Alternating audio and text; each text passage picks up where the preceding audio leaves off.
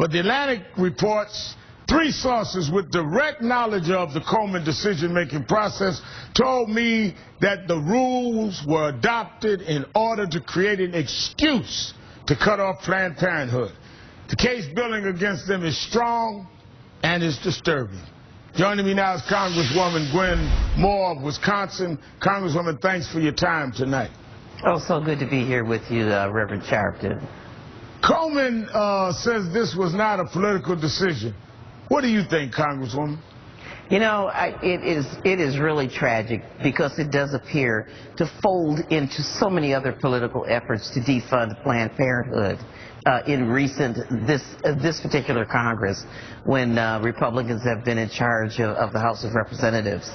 And just let me say, 200,000 women will be diagnosed with cancer this year. 40,000 of them will die, which is one of the reasons that it was so important to have this relationship between Komen and Planned Parenthood. Planned Parenthood does 4 million breast exams each year. 170,000 of them were made possible through the Komen Foundation.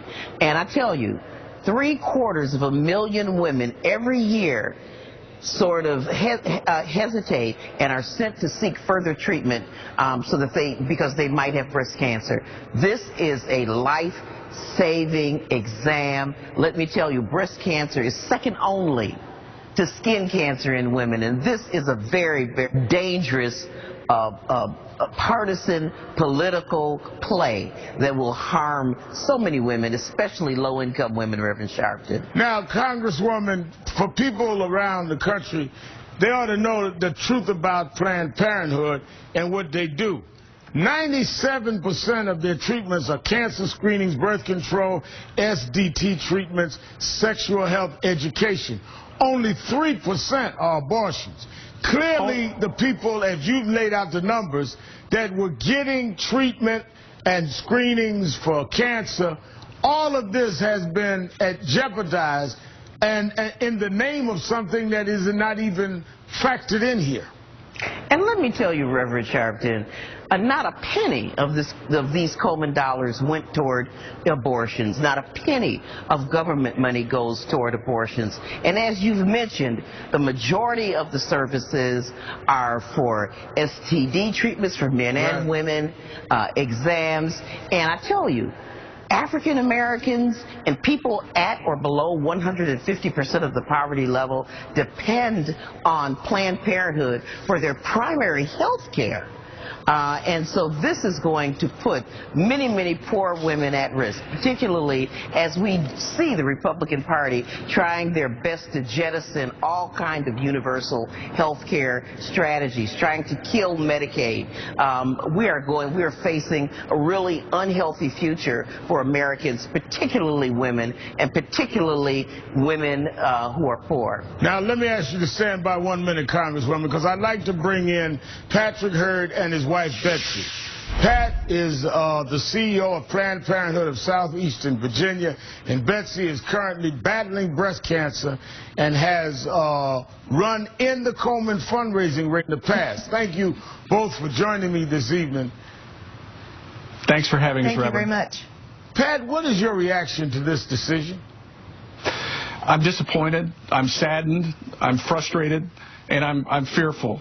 I'm especially fearful for the women that are not going to be able to have the life-saving screening, the life-saving breast education that these Komen funds provide.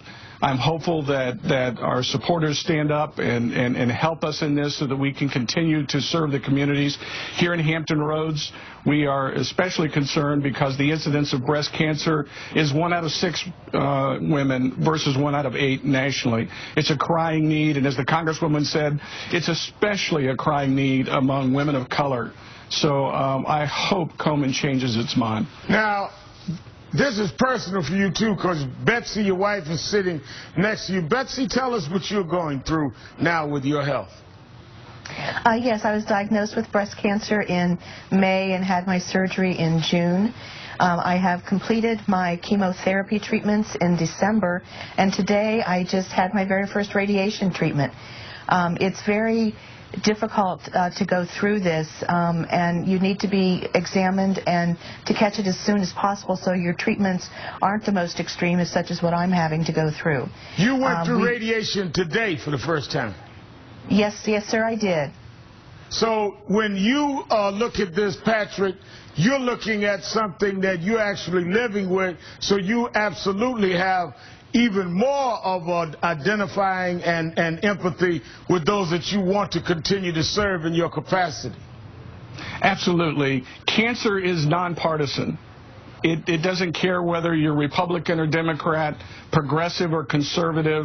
It doesn't care what religion you are. I sit there with when Betsy was doing the chemo, and politics didn't come up. All the people around us, the family and friends that were there to support the cancer patients, all they were concerned about was living to tomorrow, to next week, to next month, and to next year. And to bring politics into this, to bring that kind of debate into this is shameful. It really is shameful.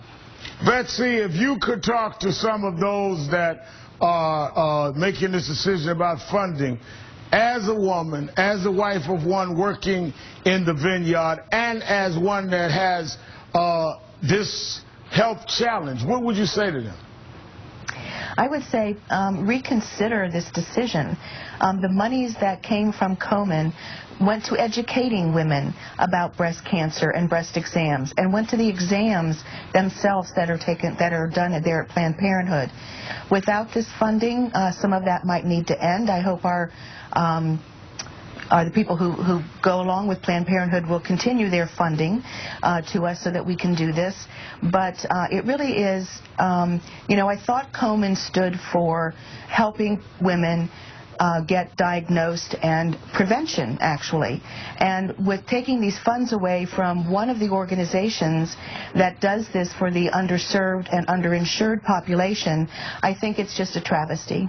Congresswoman Moore, you've heard this couple. It's very moving. And can Congress stop this, Congresswoman Moore? Let me tell you something. First, I want to say that peace and blessings upon you, Pat and Betsy, and hopefully your treatments will work well for you. They've made great strides in cancer treatment, and the Komen Foundation, Planned Parenthood, both of these organizations were at the forefront of early detection and getting women into treatment. Today, Planned Parenthood advocates from all over the country. Planned Parenthood was able to raise about the same amount of money that they're going to lose from Komen. But it's not just about the money.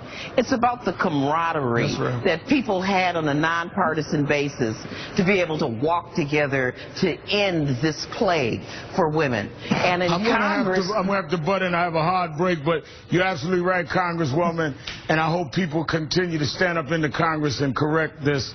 Congresswoman Moore, thank you for your passion on this and being there. Mr. and Mrs. Hurd, bless you to both of you, and thank